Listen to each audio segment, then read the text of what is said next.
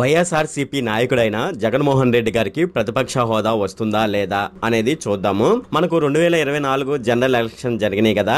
So ఆ general election result ప్రకారం మనం చూసుకున్నట్లయితే టీడీపీకి 135 సీట్లు రావడం జరిగింది. అలాగే జనసేనకి 21 సీట్లు, వైఎస్ఆర్సీపీకి 11 సీట్లు అయితే రావడం జరిగింది. ఇక బీజేపీ మనం చూసుకున్నట్లయితే 8 సీట్లు రావడం జరిగింది. అయితే ఇక్కడ టీడీపీ, జనసేన, బీజేపీ ఈ మూడు కలిపి కూటమిగా ఏర్పడి ప్రభుత్వాన్ని అయితే ఏర్పాటు చేయడం జరిగింది అనమాట. మొత్తం 131 ప్లస్ 21 ప్లస్ 8 మొత్తం కలిపి 164 సీట్లతోనైతే వీళ్ళైతే ప్రభుత్వాన్ని ఏర్పాటు చేయడం జరిగింది అనమాట. అయితే ఈ ఎన్నికల్లో జగన్మోహన్ రెడ్డి గారికి మాత్రం 11 సీట్లు మాత్రమే రావడం జరిగింది అనమాట. అయితే ఈ 11 సీట్లు మనం చూసుకున్నట్లయితే 11 సీట్లు అనేది 6% అనమాట. యాక్చువల్ గా ప్రతిపక్ష హోదా కావాలంటే 10% సీట్లు అయితే ఉండాలి. అసలు మన జగన్మోహన్ రెడ్డి గారు ప్రతిపక్ష హోదాకి అర్హుడా కాదా అనే విషయాలు మనం ఈ వీడియోలో డిస్కస్ చేద్దాము. అంతేకాకుండా ఈ మధ్య కాలంలో మనం చూసుకున్నట్లయితే పవన్ కళ్యాణ్ గారు 2 లక్షల బుక్స్ చదివాడని ఒక న్యూస్ అయితే స్ప్రెడ్ అవుతుంది అనమాట. యాక్చువల్ గా ఆయన 2 లక్షల బుక్స్ చదవలేదన్నమాట. ఒక జర్నలిస్టు దీన్ని మిస్అండర్స్టాండింగ్ చేసుకొని రాయడం వల్ల పవన్ కళ్యాణ్ గారు 2 లక్షల బుక్స్ చదివారని న్యూస్ బయటకు రావడం జరిగింది అనమాట. సో మన సోషల్ మీడియా గురించి మీకు తెలిసిందే కదా, ఒక్క న్యూస్ బయటకు వచ్చిందంటే దాన్ని షేర్లు, లైక్లు బేబిచ్చంగా కొట్టేస్తూ ఉంటారనమాట.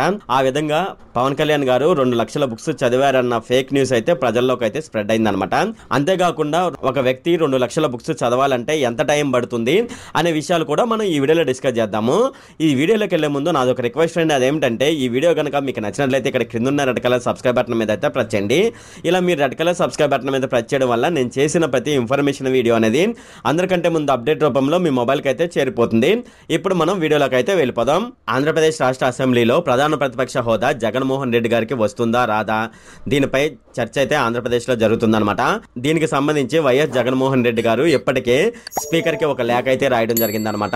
ఆ లేఖలో అతను ఏమని మెన్షన్ చేశాడని మనం చూసుకున్నట్లయితే ప్రధాన ప్రతిపక్ష హోదా ఇవ్వకపోవడం ద్వారా తమ పార్టీ హక్కులను దెబ్బతీయడమే అంటూ ఆయన ఆ లేఖలో మెన్షన్ చేయడం జరిగిందనమాట. అయితే చట్టం ఏమని చెప్తుందని మనం చూసుకున్నట్లయితే లీడర్ ఆఫ్ ద అపోజిషన్ అనేది సాధారణంగా ఇది కన్వెన్షన్ క్రిందకే వస్తుందన్నమాట. ప్రధాన ప్రతిపక్ష హోదా కావాలంటే శాసనసభ ఎన్నికల్లో 10% మంది ఎమ్మెల్యేలు గెలిచి ఉండాలన్నమాట. అప్పుడు దాన్ని ప్రధాన ప్రతిపక్షం కింద గుర్తించడం జరుగుతుంది. అయితే మనం 2024 ఎలక్షన్లో చూసుకున్నట్లయితే జగన్మోహన్ రెడ్డి గారు 11 సీట్లు మాత్రమే గుర్తించడం జరిగింది. 11 సీట్లు అంటే 6% అయితే ఉంటుందన్నమాట. అయితే ఇప్పుడు జగన్మోహన్ రెడ్డి గారిని ప్రధాన ప్రతిపక్షం కింద గుర్తిస్తారు లేకపోతే గుర్తించరా చాలా మంది అయితే అనుకుంటూ ఉంటారనమాట. కానీ ఆంధ్రప్రదేశ్ కి సంబంధించినంత వరకు ఒక స్పెసిఫిక్ లా అయితే ఉందన్నమాట. దానిని జగన్మోహన్ రెడ్డి గారు స్పీకర్ కు పంపిన లేఖలో అది రాయడం జరిగింది. దీనికి సంబంధించి ఒక యాక్ట్ అయితే ఉందన్నమాట. Andhra Pradesh payment of salaries, pensions and prevention of disqualification act అని ఒకటైతే ఉందన్నమాట. ఈ యాక్ట్ లో ఏమని ఉంటుందంటే ఆంధ్రప్రదేశ్ లో ఉన్న శాసనసభ సభ్యులు, శాసన మండలి సభ్యులు జీతభత్యాలు, వారికి వచ్చే పెన్షన్, దానికి సంబంధించిన అనర్హత అయితే ఉంటుంది. అంతేకాకుండా దీంట్లో ఏమని ఉంటుందంటే శాసనసభకు సంబంధించి అలాగే శాసన మండలికి సంబంధించి ఏ సందర్భంలో వీళ్ళను అనర్హులుగా ప్రకటించాలి అనేది కూడా అక్కడైతే ఉంటుందన్నమాట. ఈ అనర్హతను బట్టి వాళ్లకు జీతభత్యాలు, సీటు కోల్పోయారనుకోండి వాళ్లకు పెన్షన్ కూడా ఈ చట్టం ప్రకారం అయితే వాళ్ళైతే ఇస్తూ ఉంటారన్నమాట. ఈ చట్టంలో మనం చూసుకున్నట్లయితే క్లియర్ గా 12B of Andhra Pradesh payment of salaries, pensions and prevention of disqualification act ప్రకారం క్లియర్ గా అందులో ఎక్కడా కూడా 10% ఎమ్మెల్యేలు గెలిస్తేనే ప్రతిపక్ష హోదా ఉంటుంది అనేది అయితే అసలు మెన్షన్ చేయలేదన్నమాట. అసలు 10% అనే పదాన్ని కూడా అక్కడ మెన్షన్ చేయలేదన్నమాట. ఆంధ్రప్రదేశ్ కు ఈ లీడర్ ఆఫ్ ద అపోజిషన్ అనే పదం అప్లై చేసినప్పుడు మాత్రం చట్టంలో మెన్షన్ చేయడం జరిగింది.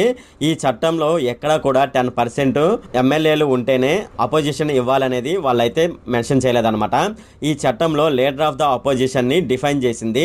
ఏంటి అంటే ప్రభుత్వానికి వ్యతిరేకంగా ఉండే రాజకీయ పార్టీని ప్రతిపక్ష పార్టీగా పిలుస్తారని, ఆపోజిట్ టు ద గవర్నమెంట్ ఉన్న సమయంలో హైయెస్ట్ స్ట్రెంత్ ఏ పార్టీకి ఉంటే ఆ పార్టీని లీడర్ ఆఫ్ ద అపోజిషన్ గా పిలవడం జరుగుతుందని ఈ చట్టంలో క్లియర్ గా మెన్షన్ చేయడం జరిగిందనమాట. ఈ చట్టం ప్రకారం మనం చూసుకున్నట్లయితే వైఎస్ఆర్ కాంగ్రెస్ పార్టీకి 10% మంది సభ్యులు లేకపోయినా ప్రధాన ప్రతిపక్ష హోదా ఇవ్వాల్సిందే అని ఈ చట్టం ప్రకారం అయితే మనకు తెలుస్తుంది. 11 మంది సభ్యులు ఉన్న నార్మల్ గా డెమోక్రాటిక్ స్పిరిట్ ఏంటి అంటే ఎంతమంది సభ్యులు ఉన్నారనేది కాదనమాట. మీకు సుప్రీంకోర్టు జడ్జిమెంట్లలో కూడా ఇది చెప్పింది. ఇదే విషయాన్ని జగన్మోహన్ రెడ్డి గారు స్పీకర్ కి రాసిన లెటర్ లో కూడా మెన్షన్ చేయడం జరిగిందనమాట. మనం గతంలో చూసుకున్నట్లయితే 10% సీట్లు లేకపోయినా సరే ప్రతిపక్ష హోదా ఇచ్చిన సందర్భాలు చాలా ఉన్నాయని చెప్పవచ్చు అనమాట. అలాగే మనం 1984 తెలుగుదేశం పార్టీకి 30 మందే ఉన్నారనమాట. అయితే మొత్తం 543 సీట్లు లోక్సభలో ఉంటే హైయెస్ట్గా 400 మందికి పైగా కాంగ్రెస్ రావడం జరిగిందనమాట. ఏ పార్టీకి కూడా 30% సీట్లు లేవు, అంతకన్నా తక్కువ ఉన్నాయి. అప్పుడు తెలుగుదేశం పార్టీ ప్రధాన ప్రతిపక్షమైందనమాట. ఆ పార్టీ నాయకుడైన Parvathaneni Upendra leader of the opposition గా గుర్తింపు పొందడం జరిగింది. అలాగే 1994లో ఉమ్మడి రాష్ట్రంగా ఉన్నప్పుడు అసెంబ్లీలో కాంగ్రెస్ పార్టీకి 26 సీట్లు రావడం జరిగిందనమాట. టోటల్ స్ట్రెంత్ మనం చూసుకున్నట్లయితే ఉమ్మడి ఆంధ్రప్రదేశ్ లో 294 అనమాట. 10% సీట్లు లేకపోయినా జనార్దన్ రెడ్డికి లీడర్ ఆఫ్ ద అపోజిషన్ గా గుర్తింపు ఇవ్వడం జరిగింది. అలాగే మూడో ఉదాహరణ మనం చూసుకున్నట్లయితే ఢిల్లీలో 2015లో భారతీయ జనతా పార్టీకి 3 ఎమ్మెల్యేలు ఉన్నారనమాట. అప్పుడు లీడర్ ఆఫ్ ద అపోజిషన్ గా బీజేపీ గుర్తింపు పొందడం జరిగింది. అందువల్ల లీడర్ ఆఫ్ ద అపోజిషన్ కు 10% ఓట్లు ఉండాలని తప్పనిసరి కాదని ఇటువంటి నిబంధన పెట్టడం అనేది అపోజిషన్ స్పిరిట్ కు విరుద్ధమని మనకైతే తెలుస్తుంది అనమాట. అంటే మనం టోటల్ గా మనం చెప్పాలంటే మనకు 10% ఓట్లు అవసరం లేదనమాట. అధికార పార్టీకి కాకుండా వేరే ఏ అపోజిషన్ పార్టీకి అయితే ఎక్కువ సీట్లు వస్తాయో వాళ్ళను లీడర్ ఆఫ్ ద అపోజిషన్ గా డిక్లేర్ చేయవచ్చు. అయితే ఇక్కడ మనం ఆంధ్రప్రదేశ్లో చూసుకున్నట్లయితే మొత్తం కూటమికి 164 సీట్లు రావడం జరిగిందనమాట. తర్వాత ప్రతిపక్ష పార్టీని మనం చూసుకున్నట్లయితే జగన్మోహన్ రెడ్డి గారు, అతనికి 11 సీట్లు రావడం జరిగిందనమాట. అయితే 11 సీట్లు వచ్చినా సరే అతన్ని లీడర్ ఆఫ్ ద అపోజిషన్ గా గుర్తింపు పొందే అవకాశం అయితే ఉందన్నమాట. సో దీనికి సంబంధించి మీరు ఏమనుకుంటున్నారు ఏంటి అనే విషయాన్ని కిందున్న కామెంట్ సెక్షన్ లో అయితే తెలియజేయండి. ఇప్పుడు మనం పవన్ కళ్యాణ్ గారు 2 లక్షల బుక్స్ చదివారా లేదా అనేది మనం క్లారిటీగా తెలుసుకుందాం అనమాట. పవన్ కళ్యాణ్ గారు జనసేన పార్టీ స్థాపకుడు. ప్రస్తుతం పవన్ కళ్యాణ్ గారు 2024 ఎన్నికల తర్వాత కూటమితో పొత్తు పెట్టుకున్న తర్వాత కూటమి ఎక్కువ సీట్లు సాధించడం జరిగిందనమాట. ఇప్పుడు ప్రజెంట్ అయితే కూటమి అధికారంలో ఉందన్నమాట. ఈ కూటమిలో ప్రధాన పార్టీగా పవన్ కళ్యాణ్ గారు స్థాపించిన జనసేన పార్టీ నిలవడం జరిగిందనమాట. ఇప్పుడు ప్రజెంట్ పవన్ కళ్యాణ్ గారి హోదా చూసుకున్నట్లయితే ఆనరబుల్ డిప్యూటీ సీఎం గా అతనికి ప్రధాన హోదానైతే ఇవ్వడం జరిగిందనమాట. అయితే మనకు ఇంతకు ముందు చూసుకున్నట్లయితే పవన్ కళ్యాణ్ గారు 2 లక్షల బుక్స్ చదివారని ఒక న్యూస్ అయితే స్ప్రెడ్ అయిందనమాట.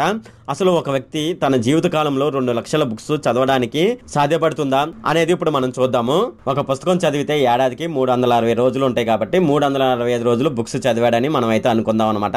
అయితే అలా 25 నుంచి 30 సంవత్సరాల్లో అతను రెస్ట్ లేకుండా బుక్స్ చదివాడు అనుకుంటే 365 ఇంటూ 30 అనమాట. ఇలా చూసుకున్నట్లయితే 2 లక్షల్లో 10వ వంతు బుక్స్ మాత్రమే చదివినట్లయితే తేలుతుంది. అయితే ఆయన మధుబాబు గారి పుస్తకాలంటే ఆయనకు బాగా ఇష్టమని, వాటి సైజు చాలా చిన్నదిగా ఉంటుంది కాబట్టి రోజుకి 10 అయితే చదవచ్చు. అలా లెక్కలు మనం వేసుకున్నట్లయితే లెక్క కొద్దిగా మారుతుంది అనమాట. సో అది కూడా ఎలా ఉంటుంది అనేది ఇప్పుడు మనం చూద్దాము. 2 లక్షల పుస్తకాలు అంటే సగటున 200 పేజీలు అనుకుందాము. అయితే 2 లక్షలు ఇంటూ 200 పేజీలు, ఒక్కో పేజీ సగటున 1 నిమిషం చదివిన 4 కోట్ల పేజీలు 1 నిమిషంలో సగటున చదివితే 4 కోట్ల నిమిషాలు అనమాట. ఈ 4 కోట్ల నిమిషాలని 60తో భాగిస్తే 6,66,666 గంటలకి వస్తుంది అనమాట. ఈ 6,66,666 గంటలను రోజులుగా మారిస్తే 27,777 రోజులు అయితే వస్తాయి అనమాట. ఈ రోజులను మనం సంవత్సరంలో మార్చుకుంటే 75 సంవత్సరాలు అయితే పడుతుంది అనమాట. అయితే దీనికి సంబంధించి మరో లెక్క అయితే వేసుకుందాము. అలాగే పవన్ కళ్యాణ్ గారి ఏజ్ 51 సంవత్సరాలు అనమాట. ప్రస్తుతం అతను 10 సంవత్సరాల నుంచి బుక్స్ చదువుకున్నాడని మనం అనుకుందాము. అంటే 51లో ఈ 10 సంవత్సరాలు తీసేస్తే 41 అనమాట. 41 ఇంటూ 365 రోజులు సుమారుగా 15,000 రోజులు అయితే వస్తుందన్నమాట. రోజుకి 2 బుక్స్ మనం వేసుకున్నా సరే 30,000 కంటే ఎక్కువ బుక్స్ చదివే అవకాశం అయితే లేదనమాట. అయితే పవన్ కళ్యాణ్ గారు ఇలా చెప్పాడు అని మనం అనుకున్న దాంట్లో నిజమైతే లేదు, అంతా ఫేక్ అనమాట. అసలు యాక్చువల్గా చెప్పాలంటే పవన్ కళ్యాణ్ గారు 2 లక్షల బుక్స్ చదివాడని ఎక్కడా కూడా అతను చెప్పలేదన్నమాట. పవన్ కళ్యాణ్ గారి తండ్రి వెంకట్రావు గారు ఉన్నారు కదా, ఈ వెంకట్రావు గారి దగ్గరికి ఒక విలేకరు అయితే రావడం జరిగిందనమాట. మాటల సందర్భంలో తన చిన్న కొడుకైన పవన్ కళ్యాణ్ కి ఎక్కువ బుక్స్ చదివే అలవాటు ఉందని వెంకట్రావు గారు అయితే చెప్పడం జరిగిందనమాట. అయితే ఇలా మాటలు గడుస్తున్న కొద్దీ అతను ఏమని చెప్పాడంటే, నా చిన్న కొడుకైన పవన్ కళ్యాణ్ గారు 2 లక్షల విలువైన బుక్స్ చదివాడని విలేకరికి అయితే చెప్పడం జరిగిందనమాట. అయితే ఆ విలేకరి దాన్ని మిస్అండర్స్టాండ్ చేసుకొని 2 లక్షల బుక్స్ చదివాడని ఒక న్యూస్ అయితే అతను స్ప్రెడ్ చేయడం జరిగింది అనమాట. అతని ద్వారా పవన్ కళ్యాణ్ గారు 2 లక్షల బుక్స్ చదివాడనే న్యూస్ బయటికి రావడం జరిగింది. యాక్చువల్గా ఈ న్యూస్లో నిజమనేది లేదు అని మనం అయితే చెప్పవచ్చు అన్నమాట.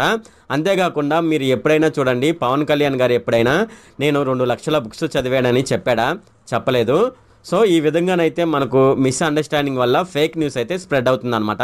ఈ పవన్ కళ్యాణ్ గారి గురించి ఫేక్ న్యూస్ రావడమే కాదు, ఇంకా కూడా మనకు చరిత్రలో చూసుకున్నట్లయితే ఫేక్ న్యూస్లు అనేది ఇలా స్ప్రెడ్ అవుతూ ఉన్నాయి అనమాట. ఇంతకుముందు మనం చూసుకున్నట్లయితే తెలంగాణలో మాజీ సీఎం కల్వకుర్తి చంద్రశేఖరరావు గారు 70 నుంచి 80 వేల బుక్స్ చదివానని చెప్పుకొచ్చారని ఒక న్యూస్ అయితే స్ప్రెడ్ అయిందనమాట. ఇది చాలా మంది నమ్మేశారు, కానీ అది సాధ్యపడదనమాట. ఈ ఫేక్ న్యూస్ అనేది ఎప్పుడు ఎక్కువగా స్ప్రెడ్ అవుతుందని మనం చూసుకున్నట్లయితే కమ్యూనిస్టు దేశాల్లోనూ నియంత పాలనలో ఉన్న దేశాల్లోనైతే ఎక్కువగా ఫేక్ న్యూస్ అయితే స్ప్రెడ్ అవుతుందన్నమాట. ఇంకో ఎగ్జాంపుల్గా మనం చూసుకున్నట్లయితే మావో యాంగ్జే అనే ఒక ఆయన ఉన్నాడు. అతను నదిని 80 ఏళ్ల వయసులో ఈత కొడుతూ యువతల నుంచి అవతలకి వెళ్ళాడని ఒక న్యూస్ అయితే స్ప్రెడ్ అయిపోయింది అనమాట. చాలా మంది దీన్ని నమ్మేశారు, దానిలో కూడా వాస్తవం లేదనమాట. ఇదే కాకుండా కిమ్ ఇల్ సంగ్ 3 ఏళ్ల వయసులో కంప్యూటర్ ప్రోగ్రామింగ్ రాశాడని చెప్పుకొచ్చారనమాట. అంటే ఈ న్యూస్ కూడా మనకు సోషల్ మీడియాలో స్ప్రెడ్ అయింది. కానీ 3 ఏళ్ల వయసులో ఒక కంప్యూటర్ ప్రోగ్రామింగ్ రాయడం అనేది సాధ్యమవుతుందా? సాధ్యం కాదనమాట. ఇది కూడా ఫేక్ న్యూస్ అనమాట. ఇలా ఎక్కువగా ఫేక్ న్యూస్లు సెలబ్రిటీలు ఎవరైతే ఉంటారో, రాజకీయ నాయకులు ఎవరైతే ఉంటారో వాళ్ళపైన ఇలా ఫేక్ న్యూస్ అయితే స్ప్రెడ్ అవుతుందన్నమాట. అయితే సోషల్ మీడియాలో ఫేక్ ప్రచారాలు చేస్తున్న వారి గురించి నేనైతే ఒక విషయం అయితే చెప్తాను. వ్యక్తుల జీవన విధానాలు వారి గురించి పూర్తిగా అవగాహన లేనప్పుడు మంచి చెప్పకపోయినా ఏ ఇబ్బంది ఉండదు. కానీ విపరీతమైన చెడు ప్రచారాలు చేసే ధోరణి ఏదైతే ఉందో అది మాత్రం ప్రపంచాన్ని సైతం శాసించాలని విష సర్పంలా వెర్రి తలలతో విషం చెమ్మడానికి విర్రవీగుతుంది అనేది మాత్రం నిజం అని అయితే నేనైతే చెప్తానన్నమాట.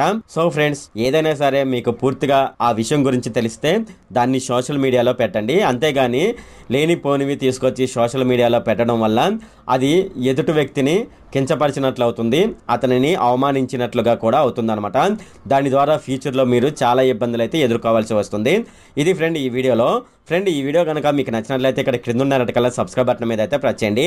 అలాగే ఈ వీడియోని మీ ఫ్రెండ్స్ అండ్ ఫ్యామిలీ మెంబర్స్కి అయితే షేర్ చేయండి. అలాగే ఈ వీడియో సంబంధించి ఏమైనా కామెంట్లు ఉన్నాయి అనుకోండి, నాకు తప్పనిసరిగా క్రింద ఉన్న కామెంట్ సెక్షన్లో అయితే తెలియజేయండి. ఈ వీడియో అంతే friend. Okay, thank you friend.